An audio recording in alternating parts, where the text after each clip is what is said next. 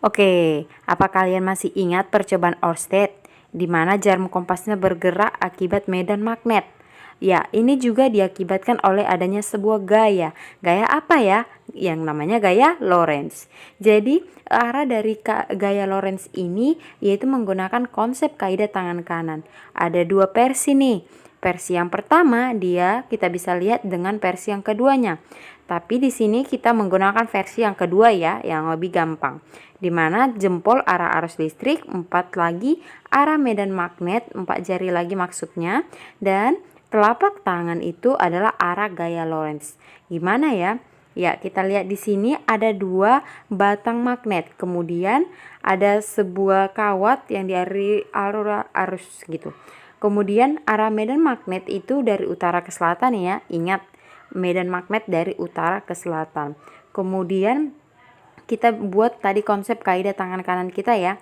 Jempolnya itu ke atas dan arah medan magnetnya ke kiri gitu kan. Lalu kemanakah arah dari gaya Lorentz tersebut? Ya, arah gaya Lorentz-nya itu ke depan atau keluar dari bidang. Kita perhatikan ya ini. Ya, bagaimana kalau dia magnetnya dibalik ya? Kemudian arah medan magnetnya ke kanan ya gitu kan. Kita lihat arusnya tetap di atas nih gitu. Jadi maka arah gaya Lorentz-nya itu ke belakang atau masuk ke bidangnya, tanda cross itu ya. Oke, ada faktor nih yang mempengaruhi gaya Lorentz. Apa aja? Ada yang namanya medan magnet, arus listrik, dan panjang kawat. Jadi, karena ketiga faktor ini, kita dapat mengetahui rumusnya. F sama dengan Bill. B itu adalah medan magnet, I adalah arus listrik, dan L adalah panjang kawat. Kita perhatikan F itu gaya Lorentz-nya ya, yang mana satuannya adalah Newton. Sedangkan B itu adalah medan magnet Tesla, dan I itu adalah kuah arus listrik ampere, dan L adalah panjang kawat yaitu meter. Jadi mudah aja ya singkatnya, yaitu F sama dengan Bill gitu ya kan. Dari rumus ini kita dapat rumus yang lain, yaitu B sama dengan F dibagi I kali L. Kita bisa perhatikan ini ya. Kemudian selain mencari medan magnet, kita bisa mencari arus nih, mana arusnya sama dengan F dibagi B kali L, seperti itu.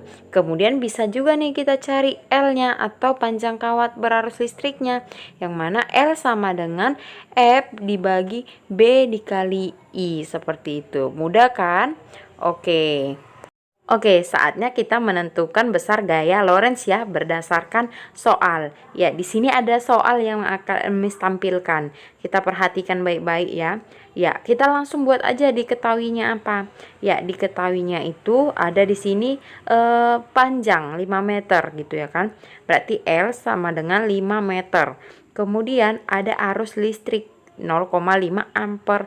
Berarti arus listrik I gitu ya kan. I sama dengan 0,5 ampere atau sama dengan 1/2 ampere ya. Kemudian ada yang namanya medan magnet gitu kan, sebesar 12 Tesla.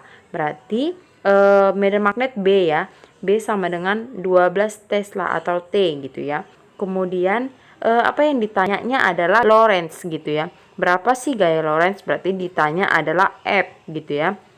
Oke, F ini yang akan mau kita cari nih, berapa besarnya. Oke, kita jawab ya. Rumusnya tadi F sama dengan B kali I kali L gitu ya kan. Oke, jadi B-nya itu kan ada di soal nih, berarti 12 kali I. I-nya adalah 1/2 kali L. L-nya adalah 5 gitu ya. Kita perhatikan 12 di sini lihat ya. Di sini ada 12, 2 berarti 12 bagi 2 6, 6 kali 5 adalah 30. Berarti gaya Lorentz-nya adalah 30 Newton. Oke, gampang kan? Pasti dong. Kita lanjut yang lagi ya. Oke, di sini ada jika gaya Lorentz yang dialami sebuah kawat pengantar yang panjangnya 2 meter adalah 6 Newton dan arus yang mengalir pada kawat sebesar 3 miliampere. Berapa besar medan magnetnya? Ayo kita buat diketahuinya dulu nih. Apa? Oke, jadi diketahuinya panjangnya 2 meter. Berarti kalau panjang adalah L ya. Jangan lupa ya. L sama dengan 2 meter. Kemudian ada 6 Newton. Newton itu adalah satuan dari gaya. Berarti di sini adalah gaya Lorentz-nya 6 Newton. Berarti F sama dengan 6 Newton. Kemudian arus katanya. Ada arusnya sebesar 3 miliampere. Berarti I sama dengan 3 miliampere gitu ya. Kemudian ini harus kita ubah nggak sih menurut anak-anak Miss? Pastikan ke satuan internasional yaitu ke ampere gitu ya. 3 miliampere ke ampere berapa ya? Yuk, mili ke ampere gitu ya kan. Coba kita perhatikan dulu.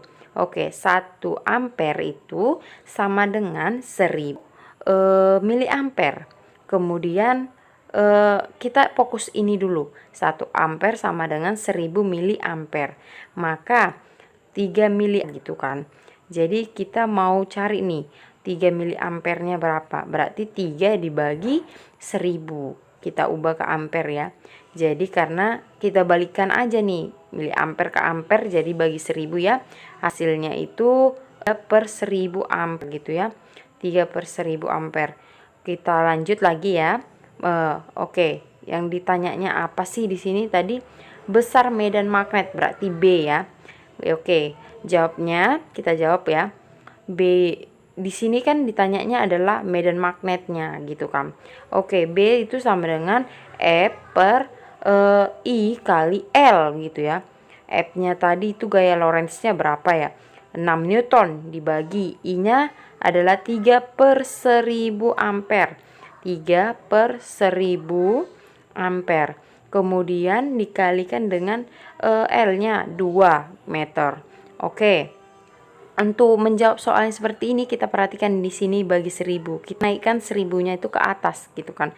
Sejajar dengan 6 gitu. Jadinya 3/1000 ini kita menaikkan 1000-nya ke 6. Jadi 6 kali 1000 ya. Tinggal sisanya 3 kali 2 gitu ya. 3 kali 2 adalah 6. Berarti sini bisa mati 6-nya ya. Berarti 6 bagi 6 1. 1 kali 1000 hasilnya adalah 1000. Jadi 1000 apa nih? Pasti 1000 Tesla karena dia adalah medan magnet. Oke.